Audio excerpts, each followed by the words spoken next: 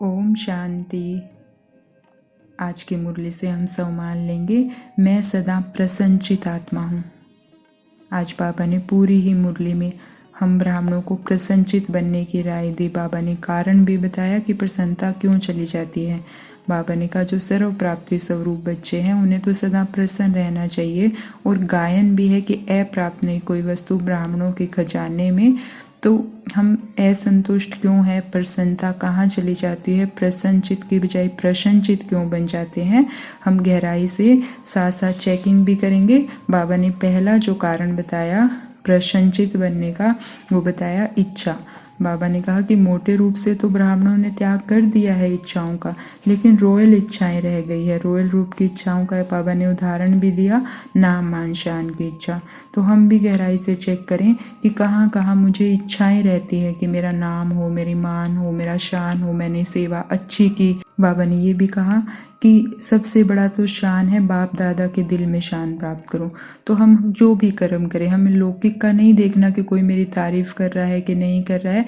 बाप दादा क्या सोचेंगे मेरे इस कर्म को सोचकर, क्या मैंने बाप के दिल में जगह प्राप्त की। बस यही सोचकर अगर हम हर कर्म करेंगे तो अपने आप स्थूल इच्छाओं का त्याग होता जाएगा और बाबा के दिल में शान मिलेगी। तो जो भी कर्म करें उसमें चेक करें कि कहीं मेरी नाम मान शान की इच्छा तो नहीं है, या मैं ये कर्म बाबा के लिए कर रही हूँ। दूसरा जो बाबा ने कारण बताया जिससे हमारी प्रसन्नता चली जाती है, असफलता।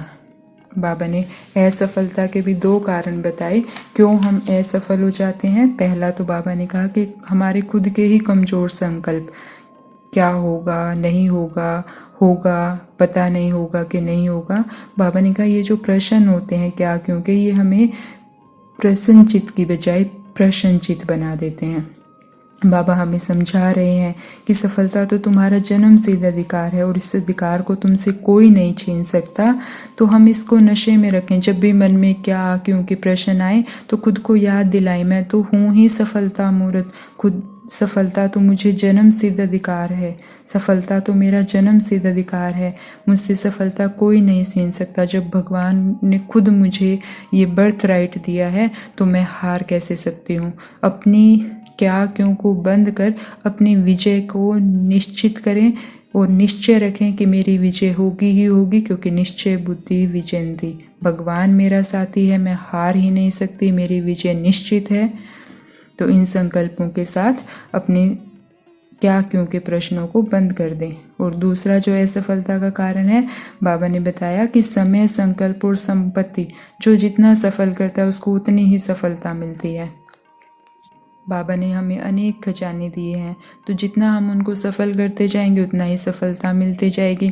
और अगर हम सभी खजानों का ध्यान नहीं रख सकते तो बस एक खजाने का हम ध्यान रखें, संकल्प का खजाना।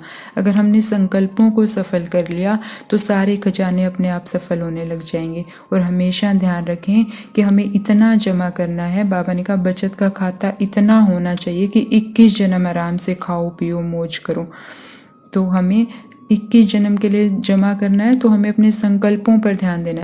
और कुछ ध्यान रखा जाए ना रखा जाए, सिर्फ संकल्पों पे ध्यान रखें कि मेरा मन क्या सोच रहा है। और अगर व्यर्थ आ रहा है, नेगेटिव आ रहा है, तो तुरंत उसको परिवर्तन कर दें समर्थ संकल्पों में। जैसे हमारे मन में संकल्प आया, ये आत्मा हमेशा मेरे साथ ऐसे करती है, तो तुरंत परिवर्तन कर दें, इस आत्मा का पार्ट है, लेकिन मैं तो विश्व परिवर्तक आत्मा हूँ, मैं तो इसको परिवर्तन कर सकती हूँ। तो कोई भी व्यर्थ और नेगेटिव को हावी ना होने दें, क्या क्यों के सारे प्रश्नों को बंद कर दें और अपने आप से दृढ़ संकल्प करें, बाबा को सामने देखें और बाबा से पक्का वादा करें कि मुझे प्रसन्न रहना ही है। मैं हर परिस्थिति में प्रसन्न रहने वाली प्रसन्नचित आत्मा हूँ। ओम शांति।